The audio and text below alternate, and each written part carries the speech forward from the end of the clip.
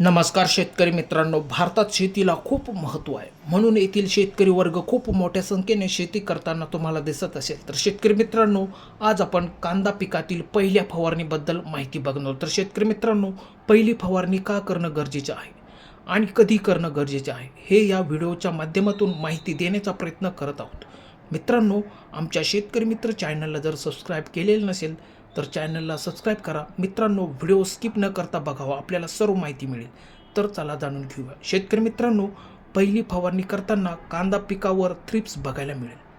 मित्रांनो, त्यानंतर लागवड करून झाल्यास साधारणपणे महिन्याभराच्या आसपास करपा या रोगाचा प्रादुर्भाव झालेला दिसतो.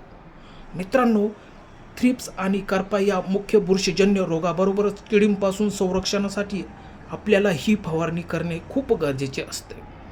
मित्रांनो, तणनाशकची फवारणी झाल्यानंतर 3 ते 4 दिवसांनी फवारणी करणे खूप गरजेचे असते.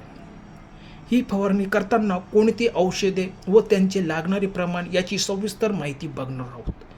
मित्रांनो, तुम्ही थ्रिप्सचे नियंत्रणासाठी सिंगम 303 औषधाचा वापर करून प्रमाण 30 ml प्रति 15 लिटर पंपासाठी तुम्ही घेऊ शकता.